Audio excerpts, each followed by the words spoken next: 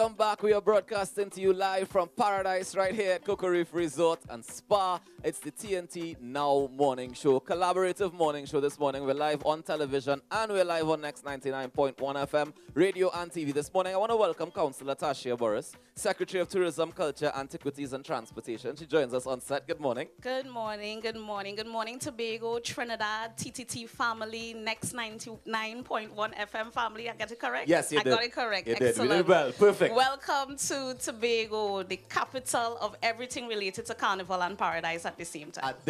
Boy, Paradise and Carnival at the same time. Yes. How you find it this year, the third year, when you look back and you say, all right, we've been doing this is our third time doing it. How you feel? I've seen tremendous growth. I am so happy that I think I've seen more collaboration amongst the stakeholders. I've seen more private sector engagement, investment, and support.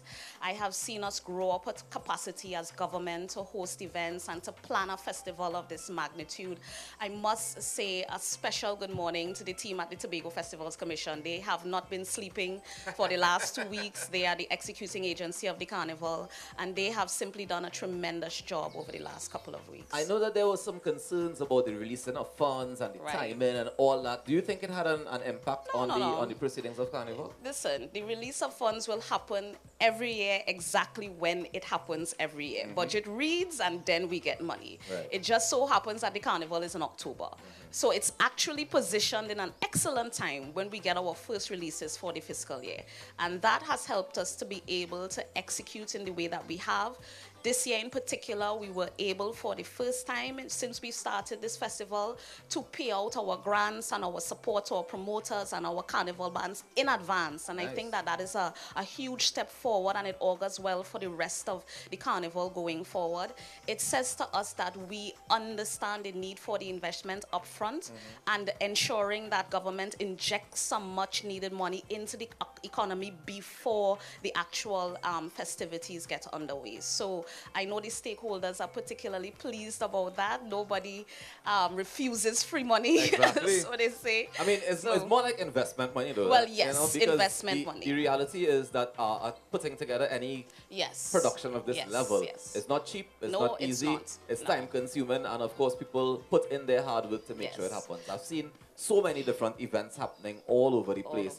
And I love that because oftentimes we tend to see carnivals that get put in one area. Yes. But I know like last night we had Army Fete up in Roxborough. It had Hush by this one. It had all kind of different activities. Of course, Calypso Monarch happened last night as well. And I really just, from your perspective and where you sit, do you already see things that you want to improve for next year? Of course. I mean, even with Saturday and Sunday. Of course. I mean, for me, I am the consummate perfectionist, and I always continue to personally raise the bar in terms of anything that we've done, whether it pertains to culture, tourism, the arts, antiquities, whatever. I always see that there is room for improvement. What I am particularly pleased about, though, is as much as I am seeing places where we can improve, I have seen people improve. I've seen people invest in themselves. I've seen service providers invest in bringing in more equipment to be able to do more, because year one, we had a serious challenge with that. Right. We had service providers who were maxed out because of the amount of activities taking place, and we had to get some additional service providers in the space from Trinidad.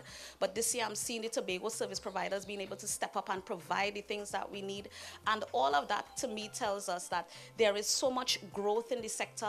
There is so much opportunity for more growth. There is so much potential for us to expand our entire events tourism portfolio on the island, not just confined to a carnival season, but really build out events on the island and give people a reason to keep coming back to Tobago. Yeah. And we already have, the Festivals Commission is set up already, right? So we have the different festivals that happen throughout the year. And of course, we can continue to look forward to growth in those regards.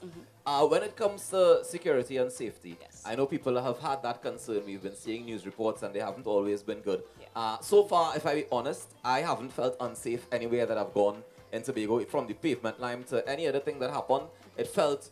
I felt secure. You will not feel unsafe in Tobago. Are there any measures that you guys are putting in place to be able to... So we have been having extensive conversations with national security apparatus from the inception of our planning of this year's festival. And year one, year two, with the massive amounts of people that congregated in the spaces that we had events, had no adverse incidents, and we want to continue in the vein of saying that Tobago October Carnival is one of the safest carnivals that anybody can attend. Whether you're a solo traveler, whether you're a couple, whether you're coming with your crew, whether you're coming with your small kids, because all of our activities are very much kid-friendly. You will not go anywhere in Tobago and feel unsafe. In fact, this is the time we open our doors and welcome you. So chances are family is going to adopt you this weekend. Have you had your crab and dumpling yet? Well, I can't have the crab and dumpling, unfortunately, because I'm dead. But I ain't going through that here. But I had everything else that I could Good, have. excellent. Yeah?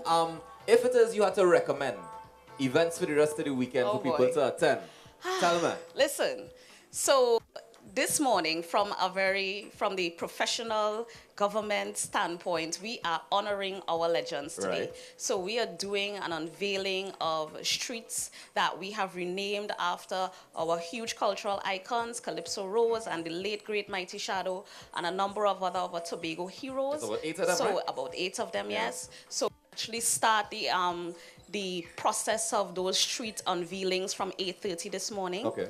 And then we have the ceremony at 10. So if you have some time, I'm not encouraging people to dock work, although some people are docking work right now. But if you have some time, please make your way over to the Sky Esplanade for us to celebrate with our Queen of the Road, Calypso Rose, and the family of the Mighty Shadow, and the family of all of our Tobago heroes as we celebrate them. But when you take off the nice professional corporate attire, you had to be in the mud later. If you're not in the mud later, you're not getting ready for Juve. It is a dirty Juve. So the dirty Juve starts with the mud. Okay. The mud starts from midnight to night, and that is the pre-pump before we go out on the road. On the road, right. You can't miss a Juve in Tobago. Right. The whole of Tobago comes out to enjoy the revelry that we know happens on Juve morning. Saturday morning when the sun and the weather has been gorgeous in Tobago. It really has. Absolutely We've gorgeous. been getting some nice showers of blessings at about 5 o'clock in the morning. Cool in the day, which cool in is the a day nice way to wake up, if you ask me.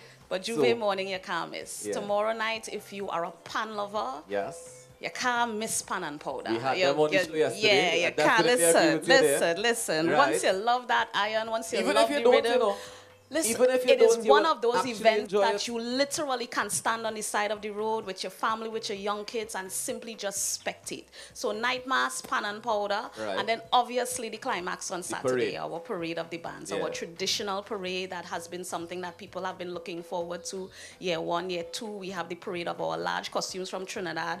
We have the addition of the Monarchs of Mass, which is a competition that is taking place tonight for the first time. Okay. And those costumes will also be on the road for a traditional parade on Sunday. So in terms of the activities that the Tobago Festivals Commission is managing, I've talked about those, but there are a number of fetes in the space. We know that those things give what they give. We know that we have opened the doors to show our guests our Tobagonian hospitality, and we are just looking forward to having a great and safe time at Tobago October Carnival. We most definitely will have a great and safe time. I thank you so very much for waking up this morning and joining us. Of course, yes. Of course, have a safe and happy carnival. Thank you, and you too, you and your team.